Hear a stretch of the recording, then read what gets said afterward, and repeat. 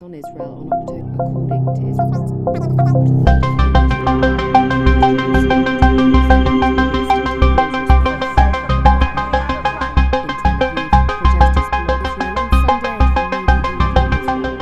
Israel और Hamas में तनातनी बढ़ती जा रही है। गाजा पट्टी में 6 बंधकों के शव मिलने के बाद इजरायल के लोगों ने गुस्सा जाहिर किया। इसके विरोध में इजरायल में हजारों लोगों ने रैली निकाली, जिससे पूरे देश में आक्रोश फैल गया।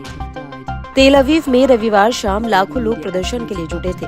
लोगों ने प्रधानमंत्री बेंजामिन नेतन्याहू पर हमास में बंधक बनाए गए लोगों की रिहाई के लिए पर्याप्त कदम नहीं उठाने का आरोप लगाया।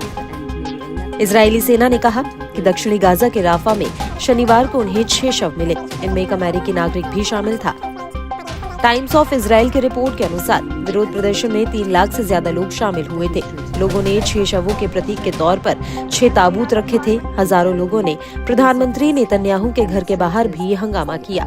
हालांकि कुछ मीडिया रिपोर्ट्स में 5 लाख से ज्यादा लोगों के जुटने का दावा किया गया है। इजरायल के लोगों ने पीएम बेंजामिन नेतन्याहू पर बंधकों की रिहाई के लिए ठोस कदम नहीं उठाने का आरोप लगाया। प्रदर्शनकारी सीज फायर और बाकी बचे बंधकों की रिहाई की मांग कर रहे थे। अगर ये समझौता होता तो बंधकों को छुड़ाया जा सकता था, लेकिन नेतन्याहू राजनीतिक वजहों से समझौता करना नहीं चाहते। सरकार के खिलाफ लोग रात भर प्रदर्शन करते रहे। कई हाईवे जाम कर दिए गए। वे सरकार के खिलाफ नारे भी लगा रहे थे। उन्होंने सरकार से युद्ध विराम की मांग की ताकि बंधकों को जिंदा वापस लाया जा सके। वहीं इजरायल के मजदूर संघ ने देश भर में हड़ताल का भी ऐलान कर दिया। इसकी वजह से इंटरनेशनल एयरपोर्ट बेन गुरियन भी प्रभावित है।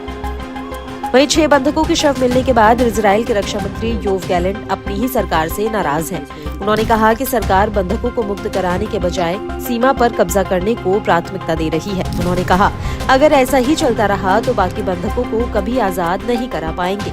करीब 11 महीनों से बंधक बने रहने के बाद उनकी हत्या से पूरे देश में दुख और गुस्सा है। ज्यादातर इजरायली इसके लिए बेंजामिन नेतन्याहू को दोषी ठहरा रहे हैं। लोगों का कहना है कि राजनीतिक कारणों की वजह से नेतन्याहू बंधक समझौता नहीं कर रहे हैं। प्रदर्शन कर रहे लोगों ने बाकी बचे बंधकों की रिहाई के लिए युद्ध विराम की मांग की। लोगों ने कहा कि हम बचे बंधकों को जिंदा वापस चाहते हैं। प्रदर्शनकारी बंधकों के सम्मान में देश का झंडा, पीले रिबन और मारे गए 6 बंधकों से माफी मांगने वाली तख्तियां हाथों में लिए हुए थे। टाइम्स ऑफ इजराइल से तेल अवीव के रहने वाले श्लोमित हकोहेन ने कहा, सरकार अपने बचाव के लिए ये कर रही है, बंधकों की रिहाई के लिए नहीं। अब हम उन्हें बताना चाहते हैं कि रुक जाओ। दूसरी तरफ इजराइल के सबसे बड़े व्यापार संघ हिस्ताद्रुत ने गाजा में 6 बंधकों की हुई मौत के बाद सोमवार को हड़ताल घोषित कर दी। स्वास्थ्य, परिवहन और बैंकिंग जैसे क्षेत्रों के करीब 8 लाख कर्मचारी इस संघ के सदस्य हैं। इस हड़ताल का मकसद बंधकों की रिहाई के लिए सरकार पर दबाव बनाना है।